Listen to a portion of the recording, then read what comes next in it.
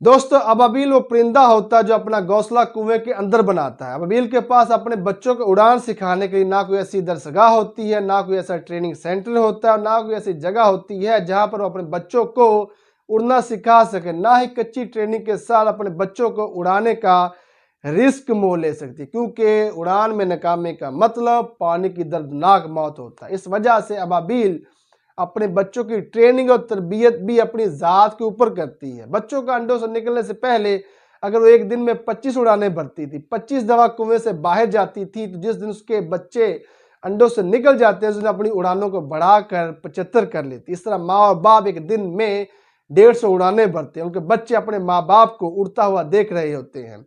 उनके बच्चों के अंदर ये बिलीव सिस्टम बन रहा होता है कि यहाँ से उड़ना है और बाहर कुएं की मंडेर पर जा बैठना है और कोई सेकंड ऑप्शन मौजूद नहीं है। फिर एक दिन आता है कि हाथों से निकले हुए पत्थरों की तरह उनके बच्चे उड़ते हैं और कुएं की मंडेर पर जा बैठते हैं, क्योंकि उनके वालिदैन ने प्रैक्टिकल तौर पर उड़ कर दिखाया होता है। उनके वालिदैन ने बिलीव सिस्टम बनाया होता है। इसी तरह हर बच्चा अपने वालिदैन के बिलीव सिस्टम से सीखता है। हर बच्चा अपने वालिदैन को फॉलो कर रहा होता है। जिस कदर किसी भी वालिदैन का बिलीव सिस्टम मजबूत होगा, उसी कदर उसके बच्चों का भी बिलीव सिस्टम मजबूत होगा, क्योंकि बच्चे किताबी हीरो की बजाय अपने वालिदैन को जो करता देखते हैं उसी को फॉलो करते हैं।